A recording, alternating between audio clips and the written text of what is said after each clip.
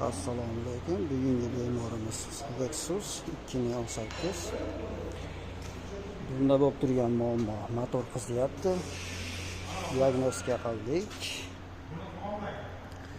Nasos ishdan chiqibdi.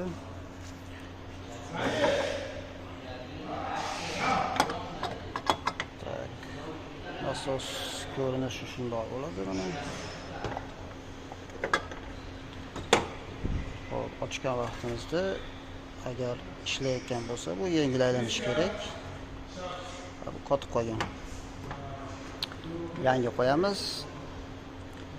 Skanerda havosini chiqaramiz. Shu bilan egasini xursand qilishda yana davom etadi. Assalomu alaykum. Bugungi bemorimiz Lexus 2018.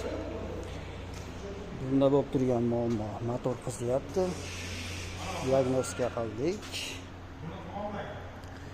Nasos ishdan chiqibdi.